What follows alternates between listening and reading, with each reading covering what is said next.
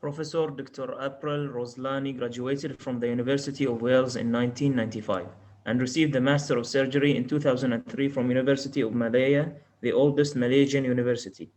In 2007, she established University Malaya Medical Center's colorectal surgery unit, which is now the largest in the country and a key stakeholder in colorectal training and services nationally and regionally. Until recently, she was head of the Department of Surgery, comprising six specialty divisions and six subspecialty units. As part of the hospital's COVID-19 task force, she coordinated the surgical pandemic response. She is currently Dean, Faculty of Medicine, University of Malaya. She is currently the president for the College of Surgeons, Academy of Medicine of Malaysia, vice president for the Malaysian Society of Colorectal Surgeons, president for the Asia Pacific Federation of Coloproctology, and chair of the Conjoint Committee for Postgraduate Medical Degrees. Through these and other related roles, she works towards advancing surgical standards and fairness in the workplace. Okay, Assalamualaikum and good afternoon to you all. It gives me great pleasure to be here. I'm very honored that President Khalid and Dr. Haifa have given us some time to present on what the training opportunities for medical graduates in Malaysia are. And in particular, I want to also thank Dr. Khalid Gresh for reaching out to the Malaysian fraternity. I would like to share some slides, if I may. Sure, you can do the share screen. Go ahead. Okay. Are you able to see the slides? Yes, we can. Is it on? Okay. All right. Okay, so my talk today will be about training opportunities in Malaysia. And together with me, I have my team, and I'd like to just take a moment to introduce them to you. On my left is Professor CJ Ng, and he's my Deputy Dean for Research. I also have the Senior Administrative Officers for both the undergraduate and postgraduate medical programs, and they are Mr. Mardian Shah and also Puan Junaida. Okay, and I also have my registrar for the Faculty of Medicine, who is Mrs. Rosita. All right, without further ado, I'm going to go on. And basically, if you look at this map, for those of you who are not familiar with Malaysia, Malaysia is right here in the heart of Southeast Asia. And as you can see, it is divided into two land masses. So the west is Peninsular Malaysia. And on the east, on the island of Borneo, you have the states of Sabah and Sarawak.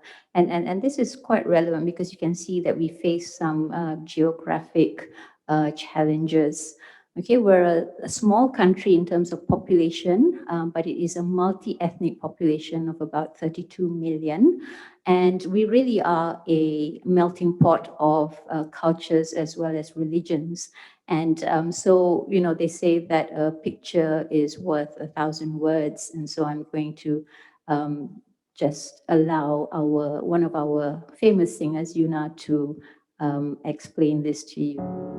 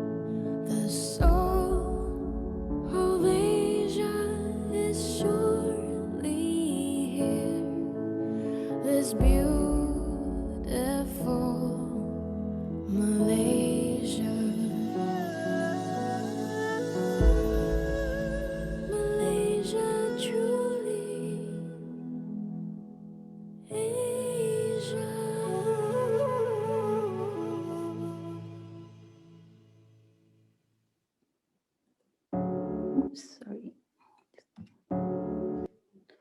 Okay, so that just gives you an idea of what Malaysia is like as a country. Due to its location and also its long connections to partners across the globe, we are actually an academic hub, and in addition to other specialties, it is also a hub for medical training. So I just wanted to give you an idea of what medical training in Malaysia is like. We have an undergraduate program which takes about 5 years, following which graduates will undertake an internship of 2 years. Thereafter, they will then become medical officers and will then aim to obtain a place in a higher specialty training program, which in our country is either the clinical masters, or there are also some parallel programs which are usually affiliated to overseas college, such as the Royal Colleges in the UK. Following exit from these specialty training programs, they will then go on to a short gazettement period, after which they will be recognized by our National Specialist Registry within their specialty. So here I've put up the slide for general surgery, but it's very similar for other specialties. Following recognition as specialists and consultants in their specialty, some may choose to go on to subspecialize, and this would be in a clinical fellowship program. And this can take anywhere between 3 to 5 years, following which they will be recognized by the National Specialist Registry as a subspecialist in that field. So medical training programs, whether undergraduate or postgraduate, are subject to very strict regulations, and the main regulatory body is the Malaysian Medical Council, which is here. So essentially, any educational training provider, whether it's from the universities or parallel program, would have to submit their curricula to the Malaysian Medical Council, and then it will be evaluated by various committees, depending on whether it's an undergraduate program, a specialty or postgraduate training program, or a fellowship program. And these programs are further accredited by our Malaysian Qualifications Agency, together with other stakeholders, before the final recognition is given by the Malaysian Medical Council. So this is just to say that our programs are actually very closely regulated, and standards are set very high. So I mentioned the educational training providers. For undergraduate programs, the programs are all delivered by universities, and there are two main groups of universities, the public universities as well as the private universities. And you will see that, interestingly enough, we actually have more private universities offering medical undergraduate programs than public programs. Nevertheless, the larger number of students actually come through the public programs. What happens at the postgraduate level, as I mentioned before, is that we have two main training providers, and that would be the universities, and this is the governance structure for the university programs, i.e. the clinical master's programs. And also Ministry of Health is a major training provider through either the parallel specialty programs or the clinical fellowship programs. And they have their own medical development division, as well as specialty and subspecialty committees. But what you will see is that there is a lot of crosstalk between the two training providers, and this is to align our training programs to make sure that the standards are maintained and that we're ultimately producing a specialist that is of equivalent capability. So we have 23 specialties, and in addition, we have 90 registrable specialties and subspecialties. So, that's just to say that we do aim for increasingly higher degrees of subspecialization in order to provide the best quality medical care to our population. So I'm just going to give you an overview of two, probably the largest programs. And the first one is for general surgery, because I'm a surgeon myself. And essentially what happens is, following graduation and completion of housemanship or internship, they would undergo 2 years of basic surgical training, following which they can then apply to enter advanced surgical training or clinical master's program. So for general surgery, we do not have a parallel program. Everything is done through the clinical masters at specialty level. It's a 4-year program, and you will see that there is a progression through the years to increasing specialization and subspecialization exposure. Okay, and there are also barrier assessments. So for entry, we have something called the MEDEX exam. And then within the clinical masters, there is a part 1 exam at the end of year 1, and then a part 2, which is for exit. And so this is what it's like for the general surgical program, and other surgical specialties are very similar to this. For internal medicine, it's a little bit different in that there is not really a structured pre-master's program, but similarly, it is a minimum of 2 years, following which they would sit for the entrance examination to enter into the clinical masters, or they may choose to go through the parallel program, which is associated with the MRCP examination run by the UK Royal Colleges. Okay, if they're in the master's program, similar to the surgical one, it is 4 years. What you will see, though, that if they enter into the parallel program, it appears to be a little shorter than the master's program, but the reality is that following exit from the parallel program, they still have to undergo a further pre-gazettement period of training. And so actually they will end up being registrable in the National Specialist Registry at the same time as the clinical masters. So those are just the 2 main programs. I chose one surgical and one medical, just so that you have an idea. Okay, so that's Malaysia in general. And of course, I'm here also representing my university. So I wanted to give you a little bit of an overview about what University of Malaya is.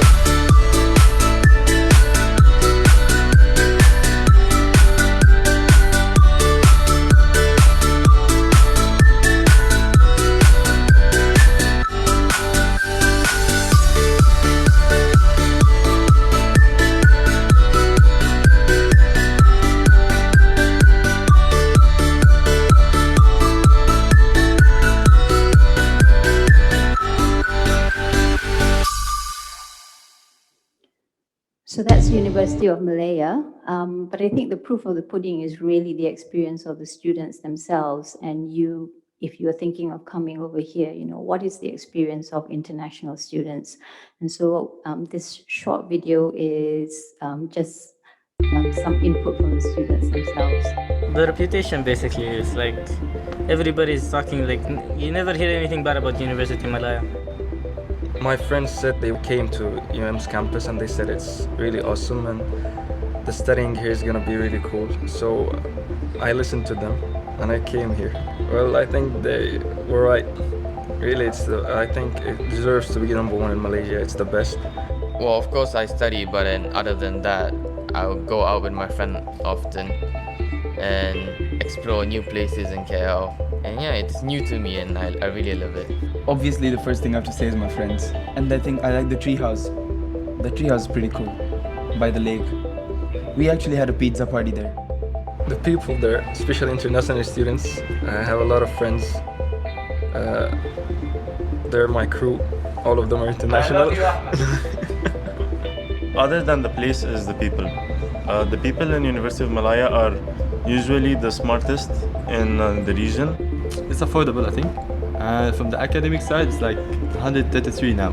They offers quality education and that's what I seek for. The facilities, the campus is huge. It's located in KL. You can go wherever you want. You really need to work hard to catch up with the curriculum. So I'm proud to say that I'm studying in University of Malaya.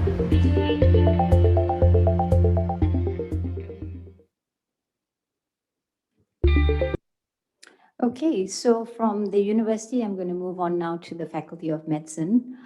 And basically, as was mentioned before, we are the oldest Faculty of Medicine in the country. We actually started initially in Singapore, after which the Kuala Lumpur campus was established. And it was officially opened in 1965. This is my management team, so you can see me there. My undergraduate deputy dean, Professor Yang. Professor Sharul is the postgraduate deputy dean. Professor CJ, I've mentioned before, is the deputy dean for research. And Professor Wan is the deputy dean for development and infrastructure. And through his contributions, we're hopefully able to deliver you a seamless and uninterrupted presentation today. Right, so I'm going to go into the undergraduate programs. We actually have three, the Bachelor of Medicine and Surgery, MBBS, but we also have something which is increasingly popular, and that is the Bachelor of Biomedical Science. And finally, we have our Bachelor of Nursing Science. For postgraduate programs, and I'm going to focus more on this because I believe all of you will already be graduating from your undergraduate programs. So we have various modes of study. There are programs by coursework, there are programs by research, mixed mode, and of course, clinical programs. So although all of you are graduating as medical doctors, it may be that you would like to go into more of a research field, or even something like public health, which is a mixed mode or kind of field rather than a full clinical program. These are the postgraduate programs that we offer. As you can see, there's quite a lot. We offer 22 clinical master's programs. And then we also have a number of programs by coursework, such as I mentioned before, Masters of Public Health, which is very, very popular. Then we also have programs by mixed mode and programs by research. So you can also come to do your Masters of Medical Science or PhD or Doctor of Medicine with us. The duration of these programs varies, and as you can see, the clinical masters, we don't really go by semesters, we go by the number of years. So it's a minimum of 4 years with a maximum of 7. And with the other programs which are by coursework or research, again, there are variable numbers of semesters as a minimum and as a maximum. These are the admission requirements. For the clinical masters, we usually require you to have the equivalent, at least, of an MBBS. Plus, we also expect you to have already completed at least one year post full registration of clinical experience. And there are also some additional requirements for international applicants, particularly pertaining to English language requirements. So that's the IELTS or TOEFL requirements. Although it's not mandatory to know how to speak in Bahasa Malaysia, that's the local language, it is an advantage if you're going into a clinical program because many of the patients will be speaking in Bahasa Malaysia. But it's not an obstacle to you actually entering or completing the program. Right, so I'm going to hand over to Professor CJ, who's going to talk to you about micro-credentialing, which we feel is going to be very important going into the future. Many thanks, Professor April. First of all, I'd like to thank the Arabian Gulf University for giving us this opportunity to participate in the Student Career Day. It's really a pleasure. So besides the traditional form of education that Professor April has alluded to earlier, we also are going into more sort of creative and more accessible and form of education. For example, micro-credentialing is something that University of Malaya, particularly Faculty of Medicine, is embarking on.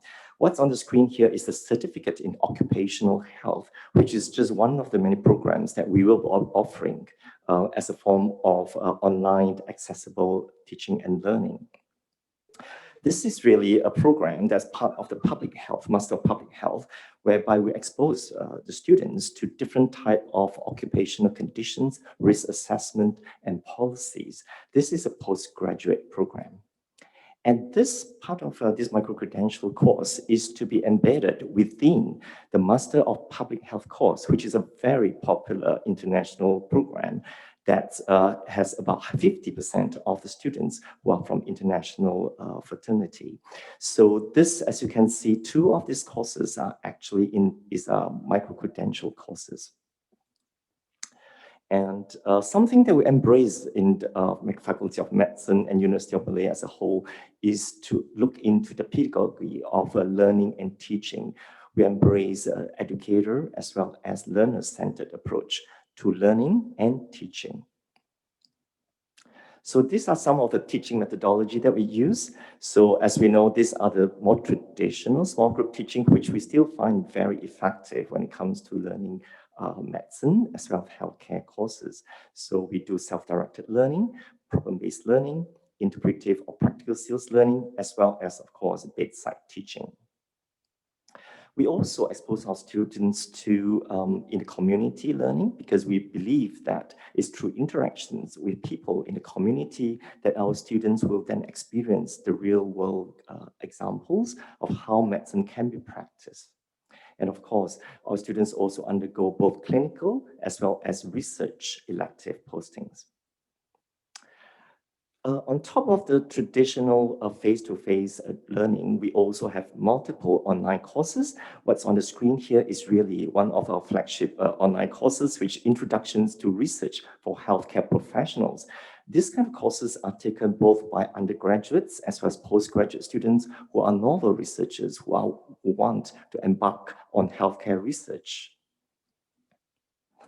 The other online courses under the health research online courses, we short form this as HERO, Manuscript Writing Made Easy, which is another very popular course which adopts a hybrid model, meaning that the students will undergo 6 weeks of online course with 1 weekly face-to-face synchronous online meeting with the tutors.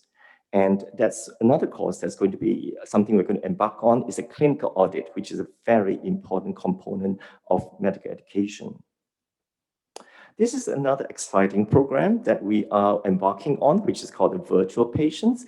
Basically, is to enhance clinical reasoning skills of both our undergraduate and postgraduate students through an online interactive platform whereby students are taken through a real patients, online virtual patients, to sort of help them to make decisions along the way, and they can, in a safe environment, look at the outcome of their decision making. And This is something that we try to develop, not just through the students, but we also trained our faculty members to learn about instructional design, which is a very important component of teaching and learning. So these are the various learning platforms that we have, which we use a lot is the Moodle platform, but we also embraced Microsoft Teams in our teaching and learning. And these are some of the online resources that we have in the Faculty of Medicine, University of Malaya. And as you can see, Prof. April there, this is really a virtual teaching whereby she uses smart glasses to allow students to, because when there's a big group of students, it might not be possible for them to crowd around the bedside. So actually the students, through the eyes of Professor April here, can actually see what's going on at the bedside at the comfort of in the room, but at the same time, they can free to discuss and comment on what's going on at the bedside. So now I'll hand over to April again.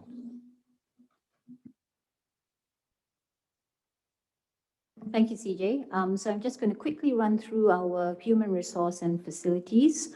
As you can see, we have a large number of academic and support staff. In fact, we are probably the largest faculty in the whole university. But you know, they have a lot of responsibilities, and so really we feel like we could have more.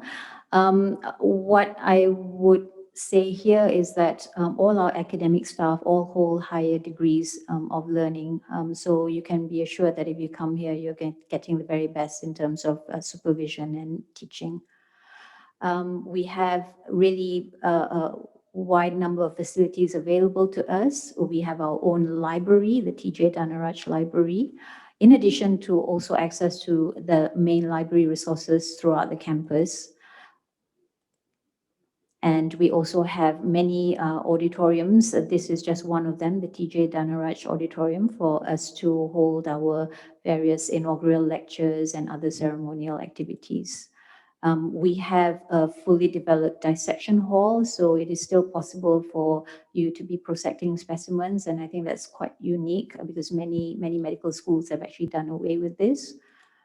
And we have a fully equipped anatomy resource center as well, in addition to a pathology museum. So, you know, you have specimens here that even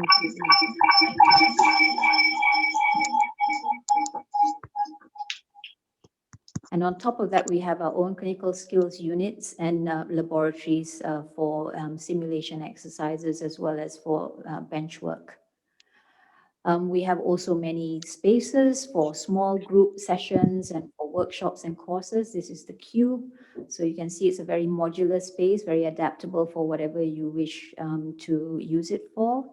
But in addition, we've got the conventional seminar rooms as well, lecture halls and other spaces. What really made us stand out in this part of the world is that from the beginning, we had our own teaching hospital, and this is the University of Malaya Medical Center, which you can see in the picture. And it really is not only the first, we like to think, best teaching hospital in Malaysia, it's the largest. It has many full-fledged services that are of world-class standard, and so therefore it really supports training activities at both undergraduate and postgraduate level extremely well. Plus, it has its own clinical investigation center, so really excellent support for clinical research. You can see that, you know, we have high footfall, and again, that means there's a rich and diverse clinical case mix for the purposes of training. And this is our trauma and emergency center. We have our own students' health clinic as well.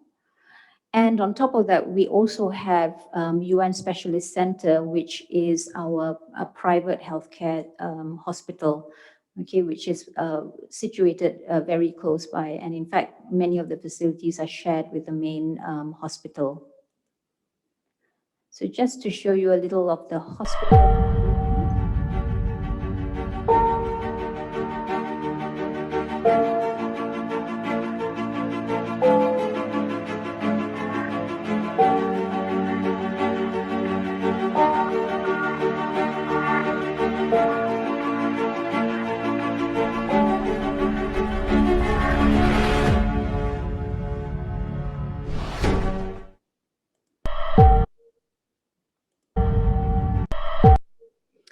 Okay, so that's just a little snapshot of our hospital facilities, and I'm now going to hand you back to CJ for the research aspects. Thank you, April. Now, let me just walk you through some of the research activities and achievements we have had and the opportunities that can bring to you. So currently, is ranked 59 at the QS World University Ranking. It also stands at 13th at the QS University Ranking in Asia. For Times Higher Education Ranking, we stood at 43, and we're also one of the greenest and the most sustainable campus in the world, ranking at 34. So as April has alluded to earlier, University of Malaya is the top and the most accredited research university in Malaysia. And the unique thing about University of Malaysia is that being the oldest university and the most established, we have a range of facilities as well as academic institutions like faculty. We have 13 faculties, 2 academies, 3 academic centers, 3 institutes, and 4 research clusters. This is really a fertile ground for us researchers to do interdisciplinary and transdisciplinary research. Beyond University of Malaya, we also have a lot of international collaborators. We have almost more than 100 active collaborators across the world, mainly from USA, UK, as well as Asia.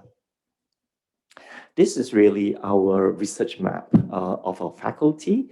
We really look at from bench to the community, looking at how we can create and discover medicine through discovery medicine, molecular biology, genetics, microbiology, and drug discovery.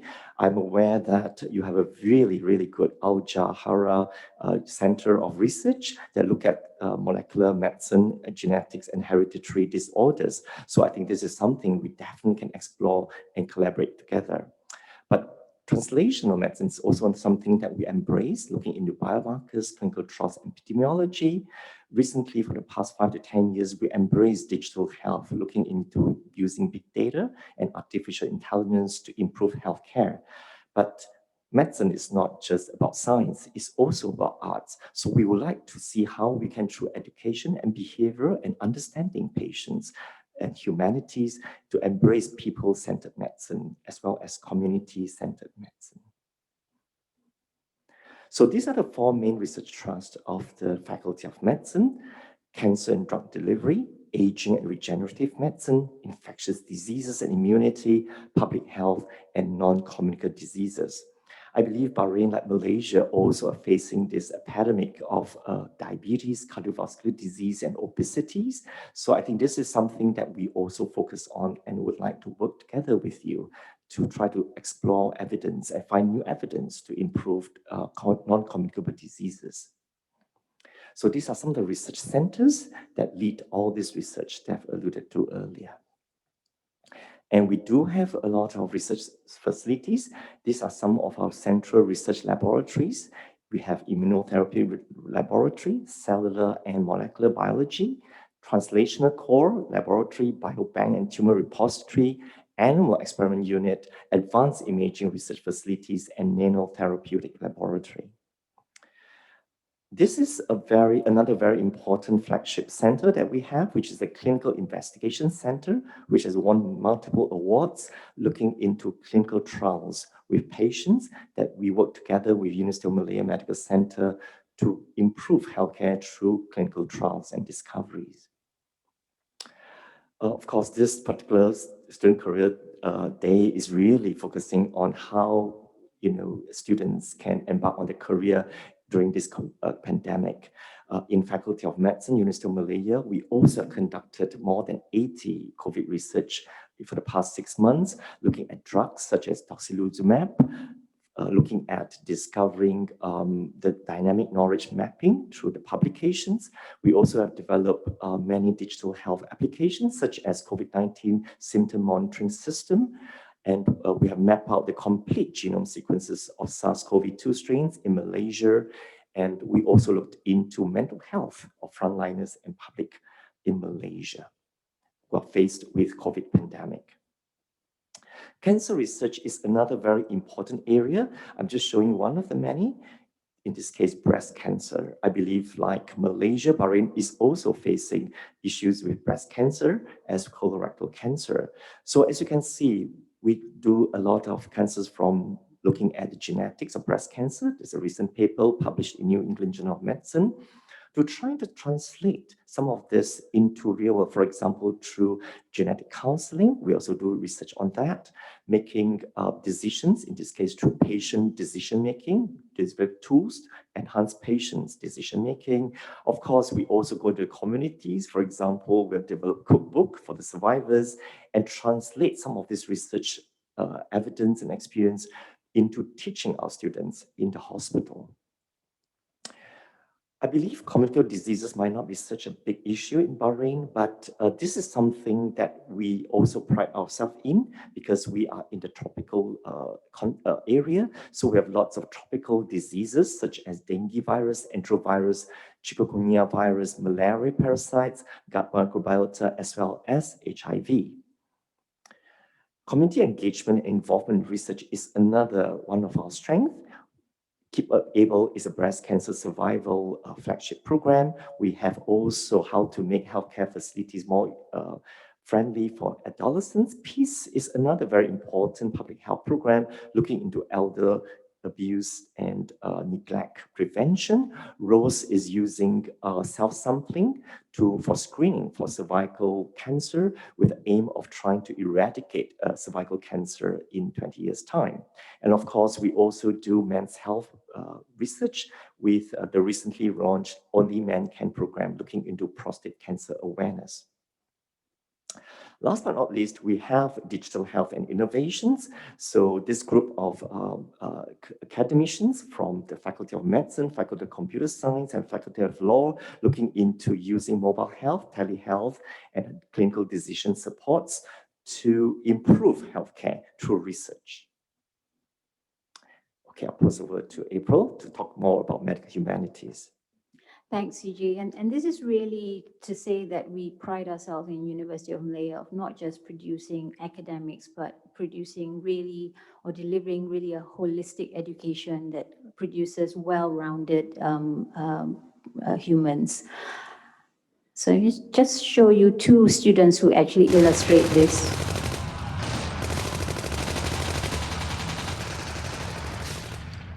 He's not running away out of fear. He's running away out of hope. That hope derived from the ones that he had lost.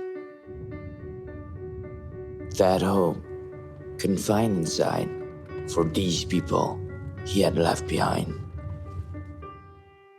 Hoping someday maybe he can change the world. Maybe he can make a difference. Maybe he can. If not for the past, there will never be a future. If not for those regrets, we will never learn from the failures. So keep on standing, no matter how life puts you down.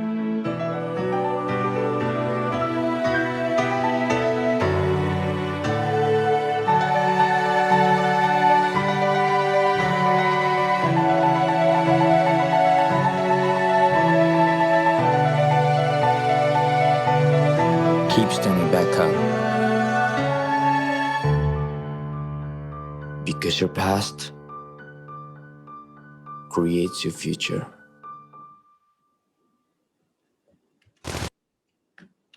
So we're very proud of both Jerry and Michael. You know, they're some of our stellar graduates, but they are by no means on their own. We have many other exemplary graduates through our programs. And so, you know, we try to support you as you go through your academics, but also try to support you in terms of your other interests. We have lots of sports and recreational facilities. If you enjoy wildlife, we have a beautiful lake with surrounding wildlife. And we have a number of museums where you can explore Asian art, as well as our art gallery in the main chancellery. And so to end, yes, I am ending now. I would like to just leave you with the words of another group of students, this time our medical students.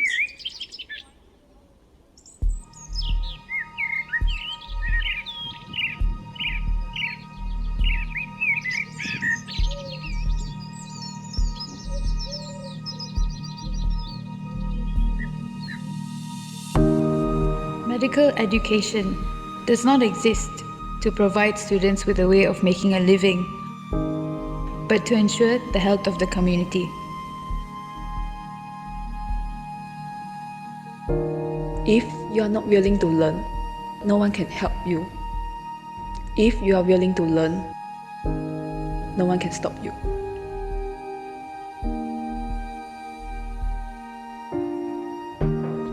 Education is the most powerful weapon which you can use to change the world.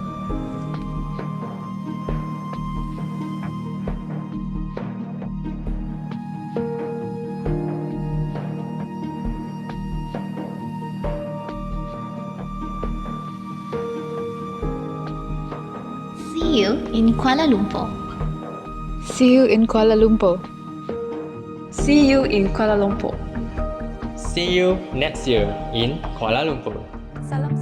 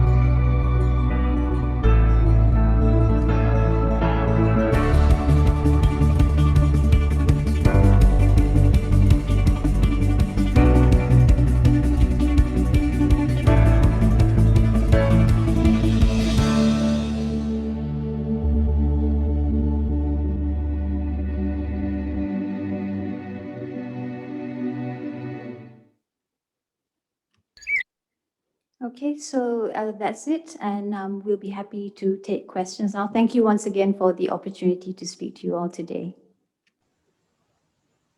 Thank you very much, Dr. April, for the extensive and informative presentation. I have visited myself Malaysia a couple of times. I love it. I'm planning to retire there. I finished my education. Oh, wonderful. But we have actually great opportunities with our colleagues in psychiatry, and we're doing research together. So it's quite an enriched experience that you are having, multiple programs. We are really proud of you. And inshallah, we'll have a lot of great opportunity to network. Yeah, the floor is open for questions directed to Dr. April and her team.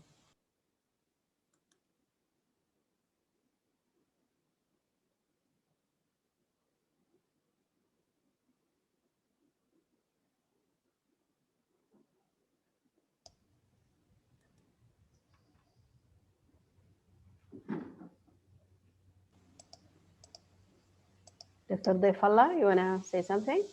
Yes, I'm not going to ask. I would like to take this opportunity to thank Dr. April, the Dean of College of Medicine in Malaya, and her team, and also would like to thank Dr. Khairul for arranging this wonderful meeting with this distinguished team. And we have a lot in common. We can share together. We can collaborate in several areas.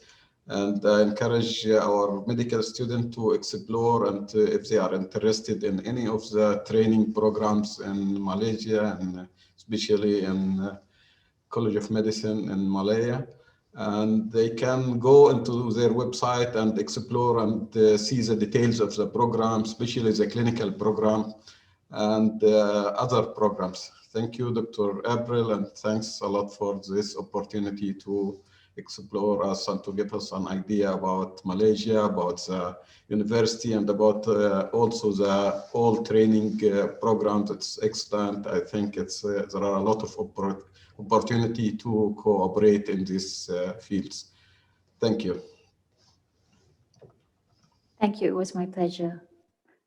I think there is a question. I was actually wondering, Dr. April, now you've mentioned the requirement for admission either to medical school or the training programs.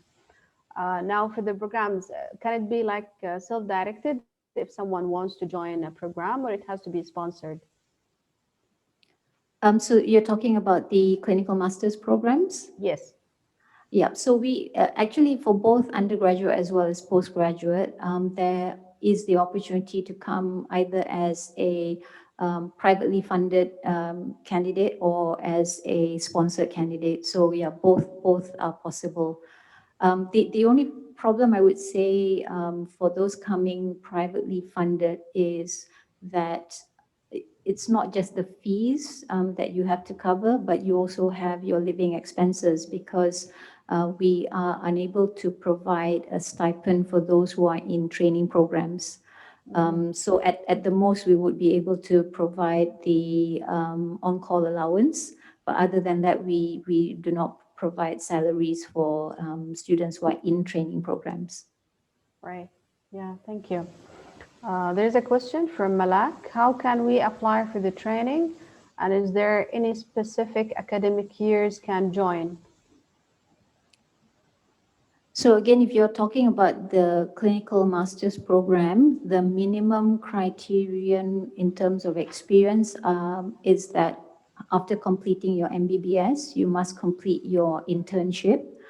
So depending on where you are at the moment in Malaysia, internship is 2 years.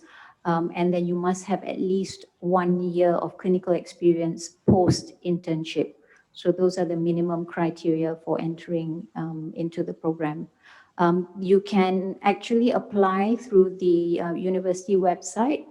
So if you type in fom.um.edu.my, that will take you to the faculty website, and you should be able to access the application process for the undergraduate as well as postgraduate programs.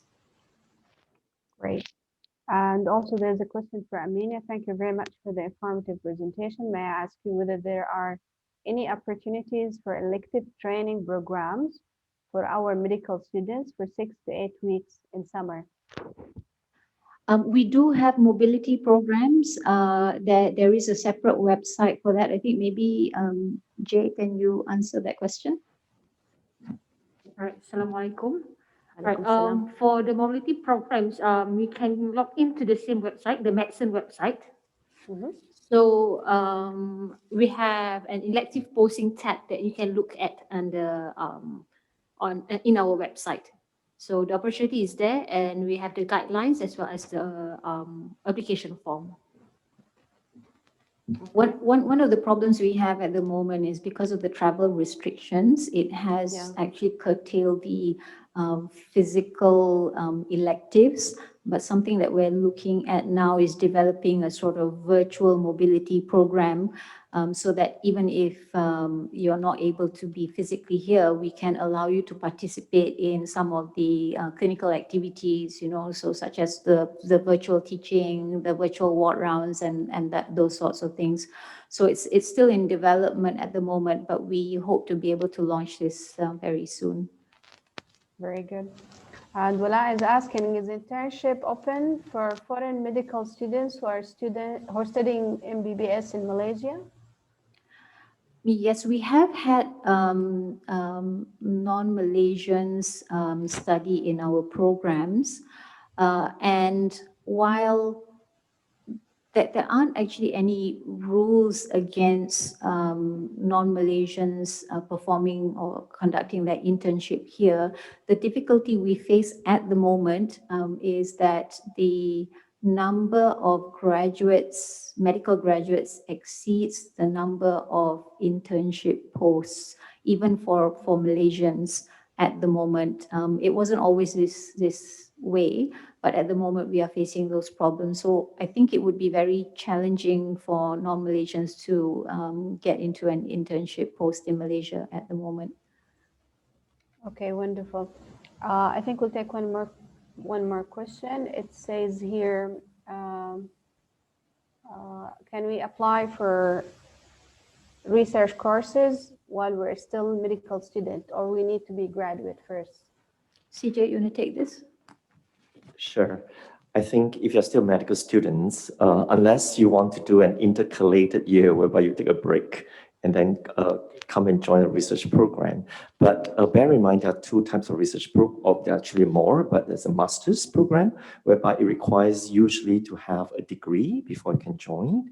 And then if it's a PhD, usually you need to have a master's degree before you can join. Unless you do exceptionally well in your undergraduate degree program, then you can get a fast track to PhD. So I would say that for medical students, the research program you can actually join, provided that we would actually advise you to complete your medical school first if possible, but that's such an opportunity if you like to do an intercalated year. Thank you.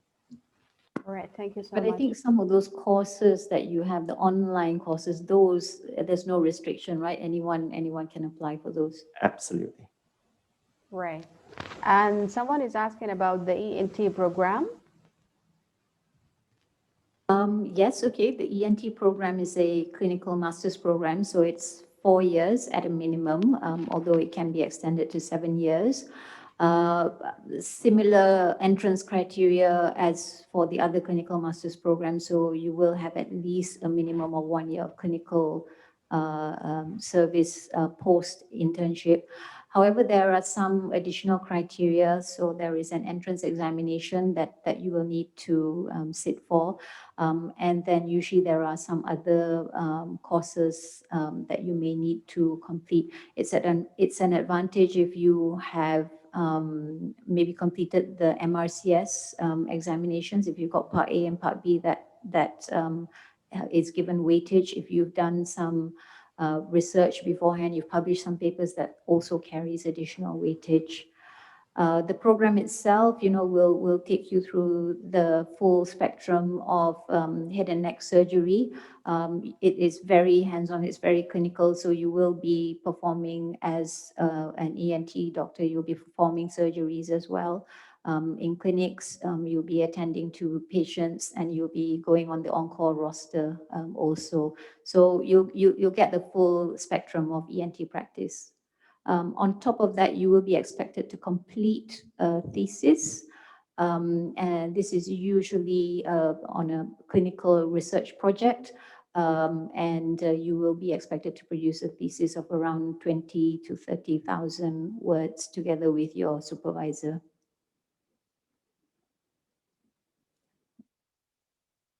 Maybe I would just like to add that for the online research courses, we could actually organize it tailored for the Arabian Gulf University students if necessary, because we do actually organize a sort of class specifically for certain organizations tailored to your needs, because the online courses are actually over 6 weeks. So we can tailor it based on your time schedule if necessary. Okay, that's wonderful to know. Thank you so much. We really appreciated your presence and your participation with us, and we're looking forward for, inshallah, يعني close collaboration in the near future. Thank you, Dr. April, and thank you, your team. Thank you very much. You're most welcome. Okay, dear Hassan, you can go ahead and complete the program, please.